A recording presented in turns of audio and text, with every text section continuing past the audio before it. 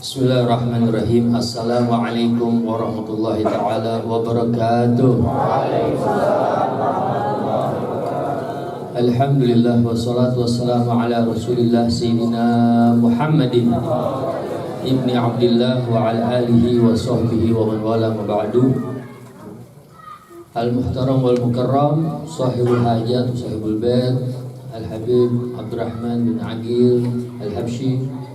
Semoga Allah Subhanahu wa taala berikan kesehatan, panjang umur, kesabaran, diberikan kemanfaatan ilmu-ilmunya kepada kita semua, dan semoga Habib Abdurrahman senantiasa selalu dalam curahan rahmat Allah Subhanahu wa taala. Amin amin ya rabbal alamin. Al-muhtaram wal mukarram Al-Habib Ali As-Sigaf, semoga Allah Subhanahu wa taala memberikan kesehatan, kesabaran, manfaatan dan ilmunya, dipermudah semua urusannya, dan semoga dalam curahan rahmat Allah Subhanahu wa taala. Amin amin ya rabbal alamin.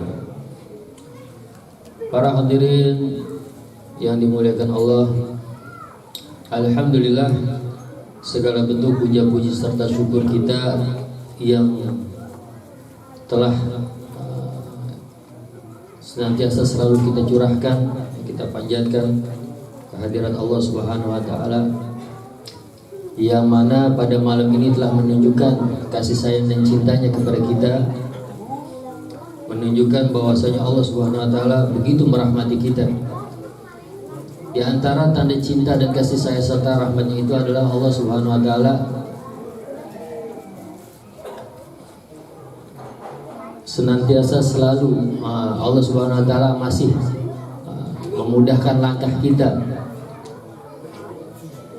menggerakkan hati kita untuk dapat sampai ke tempat yang penuh kemuliaan ini, untuk mendengarkan tausiah agama, mendengarkan bacaan maulid Nabi kita Muhammad SAW.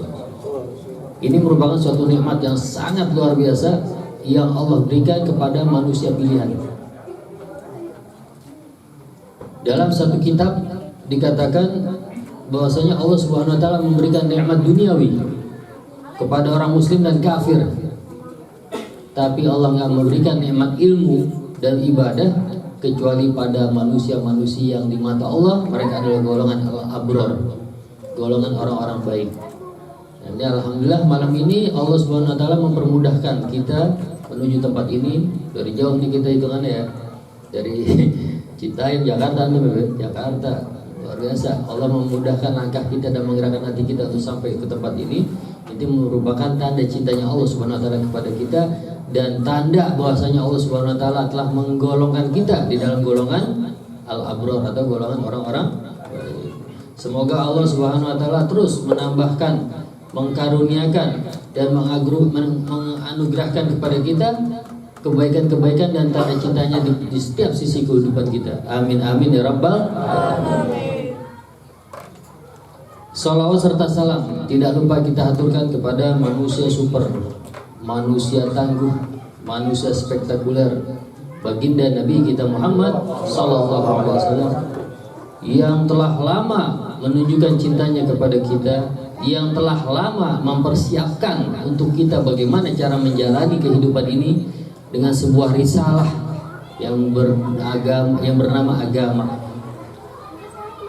Ini menunjukkan bahwasanya Nabi kita Muhammad SAW begitu peduli kepada kita selaku umat, sehingga beliau telah mempersiapkan formula atau draft atau sistem kehidupan yang akan kita jalani selaku umatnya di akhir zaman ini.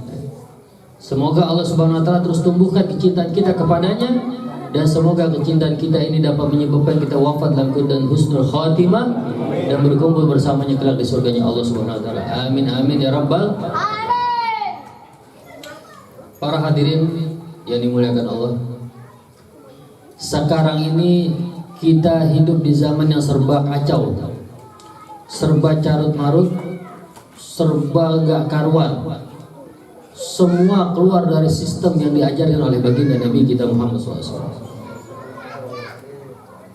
Dalam satu hadis riwayat Al-Imam Ahmad dalam kitab Musnad Ahmad, Rasulullah SAW bersabda, la yanqudanna urwal Islam urwatan fa kullaman qadat urwatun tashabbathan nas billati taliha awaluhal hukum wa akhiruhas shalah. Akan terputus simpul-simpul Islam satu demi satu. Setiap kali simpul yang satu putus, manusia akan bergantung dengan simpul yang lain. Pertama yang putus adalah masalah hukum. Kita lihat zaman sekarang ya, setiap hari di TV berita orang dibunuh. Hukum agama udah gak berlaku. Orang udah gak mengindahkan namanya hukum agama. Tipu menipu, bahkan jual beli sekarang udah gak sesuai dengan syariat agama kita yang dibawa oleh Nabi kita Muhammad SAW. Ini awaluhal hukum, kata Rasul SAW. Hukum agama itu akan terputus satu demi satu. Wa akhiruhas shalah, dan yang terakhir sholat. Sekarang kita lihat banyak orang berani meninggalkan sholat. Kalau dulu orang masih malu-malu meninggalkan sholat, sekarang enggak.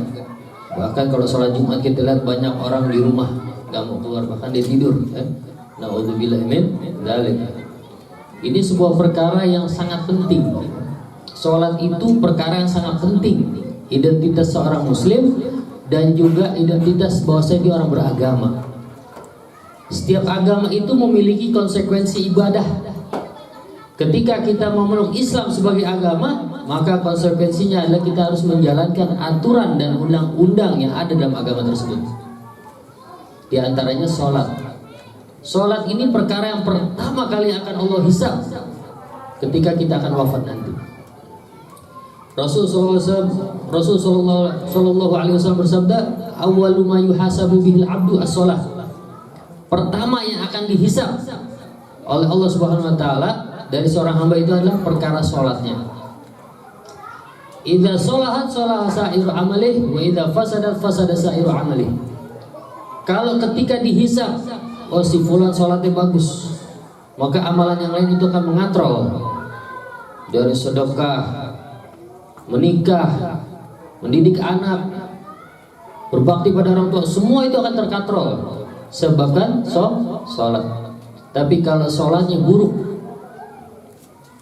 sholat hari Senin zuhur, Selasa maghrib doang, Rebo subuh karena habis begadang, Jumatnya kagak, ini sholatnya berantakan.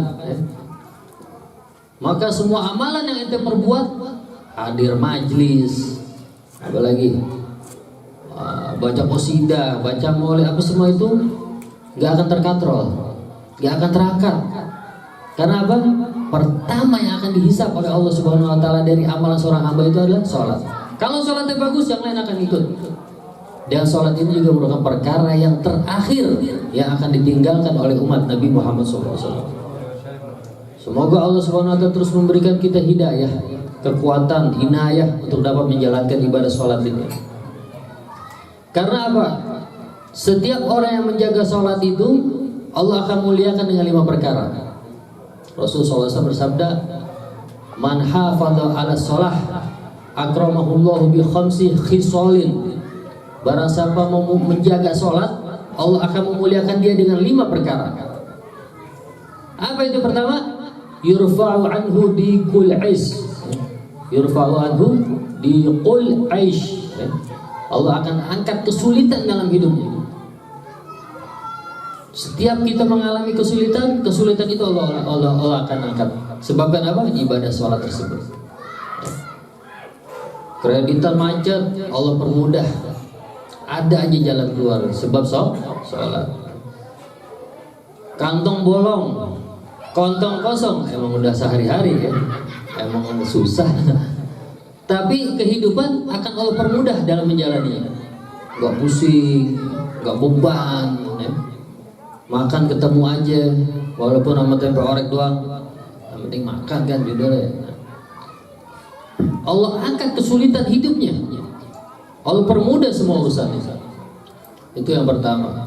Daripada kemuliaan orang menjaga, daripada kemuliaan yang Allah berikan bagi orang menjaga sholat.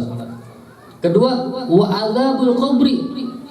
Allah jauhkan dari azab kubur. Ini suatu hal yang sangat menyeramkan ya. Sayyidina Utsman bin Affan itu ketika berkumpul dengan Nabi kita Muhammad SAW, kalau Nabi menceritakan perihal kiamat, dia biasa aja, nggak nangis, dia waktu tebel. Tiap kali Nabi menceritakan perihal kiamat, dia diam, nggak nangis, nggak apa. Tapi ketika Nabi kita Muhammad SAW menceritakan perihal alam kubur, dia sedih sampai basah juga. Ditanya Sayyidina Umar, wahai Utsman, kenapa engkau menangis ketika Rasulullah SAW menceritakan tentang kubur, dan kau nggak menangis ketika Rasulullah SAW menceritakan tentang hari kiamat? Apa kata Sayyidina Utsman? Kalau tentang kiamat kita nggak sendiri, tapi di kubur kita sendiri. Dan setiap manusia akan melalui yang namanya kuburan. Al-qabru babun kulun nas dakhiluh. Kuburan itu pintu yang mana setiap manusia, siapapun dia, akan melewati pintu tersebut. Ketika kuburan ini hisabnya mudah, maka kedepannya akan lebih mudah. Tapi kalau di kuburan kita udah susah, disiksa, diazab, kedepannya lebih sulit lagi. Naudzubillah min dzalik. Makanya Nabi kita Muhammad SAW sampai menyiapkan juga formula, nih baca kalau mau selamat dari azab kubur. Tapi kalau kita baca nggak sholat, itu sama juga bohong. Kemudian yang ketiga, yu'tihi Allahu Ta'ala kitabahu biyaminih. Allah akan berikan catatan amalnya dengan tangan kanan. Dia akan menerima catatan amalnya itu dengan tangan kanan. Kalau orang di akhirat, di mahsyar nanti menerima catatan amal dengan tangan kanan, otomatis dia akan menuju surganya Allah Subhanahu Wa Ta'ala. Otomatis hisabnya mudah, tangan kanan. Tapi kalau menerima dengan tangan kirinya atau dari belakang, wassalam, goreng, garing, habis. Naudzubillah min. Kemudian yang keempat, wa yamurru ala sirat kal barq. Dia akan melintasi siratal mustaqim layaknya kilat yang menyambar. Kita tahu, mungkin antum semua pernah dengar yang namanya siratal mustaqim itu seperti apa. Banyak ustadz-ustadz yang cerita ya, lebih tipis dari sehelai rambut, dan kadar kita kilometer yang bisa kita tempuh untuk menyeberangi siratal mustaqim itu sebagaimana kadar amal kita. Kalau amalnya Senin Kemis, ya ngesot itu jalan di situ. Belum tentu sampai ke depan udah cemplung. Tapi kalau amalnya banyak, itu dia akan menyambar layaknya kilat. Seperti Sayyidah Fatimah ya, dalam satu riwayat, ketika ada satu hadis, ketika Sayyidah Fatimah akan menyerbu siratal mustaqim, itu terdengar suara, wudhu absarukum, suruh pejamkan mata, suruh tundukin kepala. Kenapa? Sayyidah Fatimah, putri Nabi kita Muhammad SAW, akan menyeberanginya. Sayyidah Fatimah ini menyeberang layaknya kilat menyambar, cepat, bahkan lebih cepat dari kilat. Kenapa? Karena amalannya begitu luar biasa.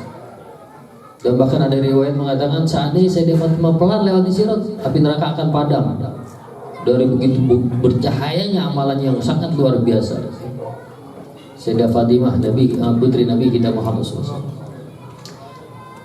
Untuk menghindari agar kita nggak ngesot di siratal mustaqim, cuma satu yang bisa kita perbuat saat ini, yaitu ibadah sholat. Maka harus menjaga ibadah sholat. Dan kemuliaan yang kelima yang Allah berikan adalah yadkhulul jannah bil ghairi hisab. Dia akan masuk surga tanpa hisab.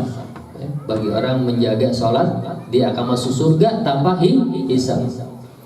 Di neraka, hisab paling ringan itu adalah orang itu akan dipakaikan sendal dari api neraka. Ketika dia pakai, otaknya mendidih. Kaki pakai sendal, otak mendidih. Bisa kita bayangin. Itu azab paling ringan yang ada di neraka. Nah, kalau kita menjaga sholat, kita akan masuk surga tanpa hisab. Semoga Allah Subhanahu Wa Taala senantiasa selalu menganugerahkan kita kekuatan untuk dapat terus beribadah kepadanya, khususnya ibadah sholat. Amin amin ya rabbal alamin.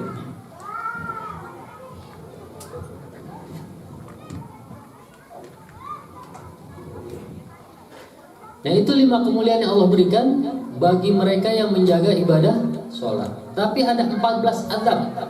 14 azab bagi mereka yang meninggalkan sholat.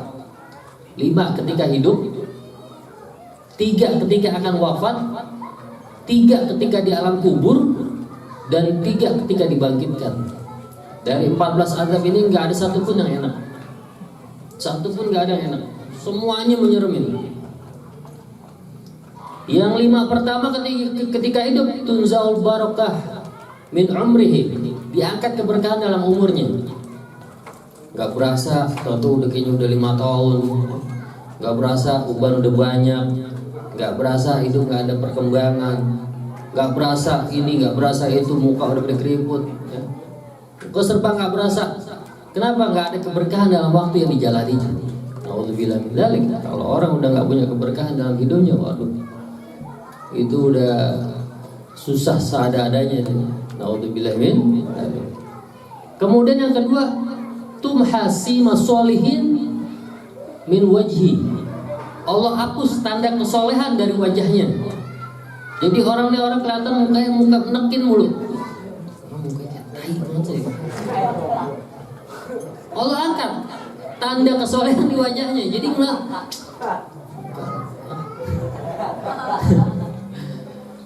mukanya kayak enak banget, pengen tabuk rasa begitu ya. Itu tanda-tandanya ya. Allah angkat tanda kesolehan di wajahnya sebabkan dia nggak pernah melakukan ibadah sholat. Naudzubillah min dzalik. Kemudian yang ketiga, kullu amalin ya'maluhu la ya'juruhullah. Kullu amalin ya'maluhu la ya'juruhullah. Setiap amalan yang diperbuat selain sholat ya, itu nggak pernah Allah ganjar. Nggak pernah Allah ganjar. Ya, dia ngamal sedekah, dia baca maulid, dia ngaji, tapi dia nggak sholat, dia nyantunin janda, yang bohai gocap, yang udah tua goceng. Itu semua nggak diganjar oleh Allah Subhanahu Wa Taala. Semua itu sia-sia. Kullu amalin ya'maluhu la ya'juruhullah. Setiap amalan yang dikerjakan nggak diganjar oleh Allah Subhanahu Wa Taala. Nauzubillah min. Kemudian yang keempat, la yarfa'u lahu du'a ila sama. Doanya nggak pernah nyampe ke langit. Dia doa nangis-nangis ya, kelit utang. Dia doa leasing motor ditarik leasing, nangis-nangis, ya Allah kenapa nih? Doanya nggak pernah sampai ke Allah Subhanahu Wa Taala. Jangankan ke Allah, nggak sampai ke langit. La yurfa'u lahu du'a ila sama. Doanya nggak pernah diangkat sampai ke langit. Nah, itu kan serem kan? Berdoa tiap hari ente muslim tapi doa nggak dikabul. Gimana itu ceritanya? Nauzubillah min dzalik. Kemudian yang terakhir, daripada siksaan ketika hidup, laisa lahu hadzun min du'a'is sholihin. Dia nggak pernah dapat bagian dari doanya orang-orang soleh. Orang-orang soleh selalu mendoakan wal muslimin wal muslimat. Dia nggak dapat. Dia nggak dapat bagian wal muslimin wal muslimat. Ya? Ketika orang soleh mendoakan biar kita selamat dari yang namanya corona, dari yang namanya wabah, dari yang namanya kesulitan, karena dia nggak sholat, dia nggak dapat bagian doa itu. Laisa lahu hadzun fi du'a'is sholihin atau min du'a'is sholihin. Nauzubillah min itu belangsak itu udah seadanya, muka udah belangsak, nasib belangsak. Nauzubillah min dzalik. Itu lima kehinaan yang Allah berikan bagi orang meninggalkan salat ketika hidup. Ketika ingin wafat lebih sadis. Pertama, yamutu dzalilan, mati dalam keadaan hina. Entah dia mau matinya berak di kasur, apa muntah di kasur, pokoknya hina. Apa matinya nyungsep di comberan, apa matinya di kolong apa ya? Pokoknya mati dalam keadaan hina. Wa yamutu ja'ian, mati dalam keadaan lapar. Jadi kalau ada orang mau mati minta makan mulu, itu siksaan buat dia sebenarnya. Kadang ada orang yang nggak paham, mau mati minta makan mulu. Piru lu itu siksaan buat dia. Kalau orang mau mati makan mulu, ntar ketika dimandiin susah. Karena apa? Kotoran banyak di perutnya. Itu kan dia berasa makin ditekan makin kesakitan, dia berasa cuma kita nggak dengar. Itu bagi orang yang wafat ya. Kita nggak tahu, makanya kalau nggak ahli dalam mandiin, gue mentok-entokannya keluar lagi tuh makan, itu siksaan buat dia, siksa dari Allah Subhanahu Wa Taala.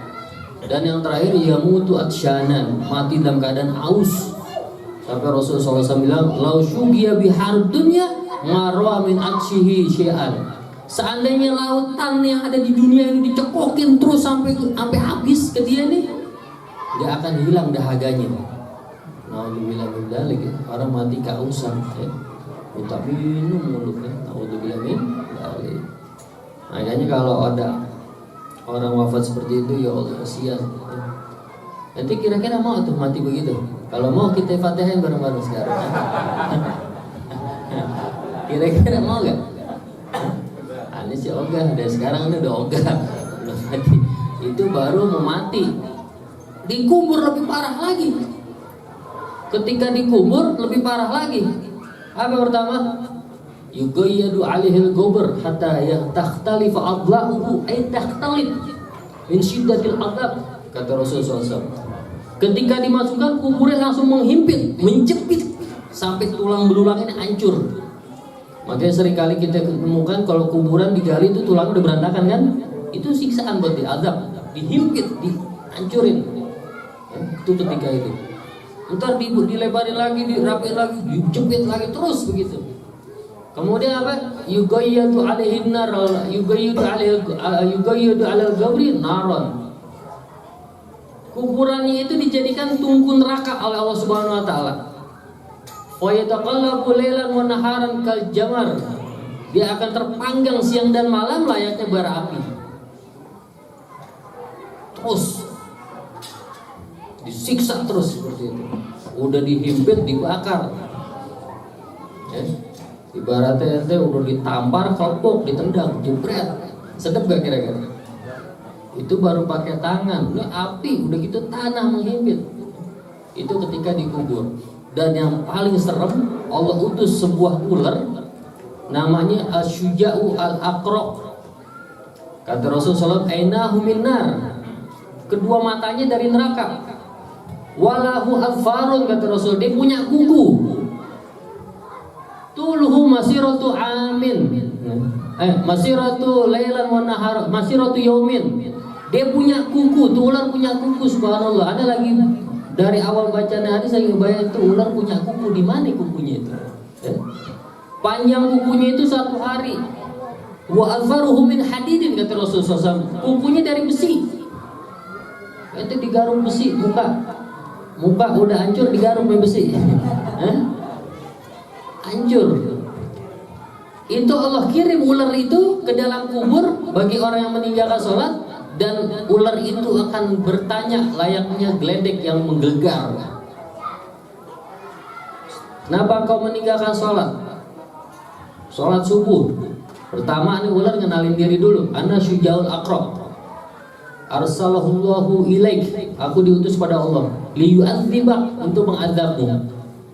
Kata ini ular, engkau telah meninggalkan sholat subuh sampai zuhur. Dihantam, mendem 70 meter ke dalam tanah.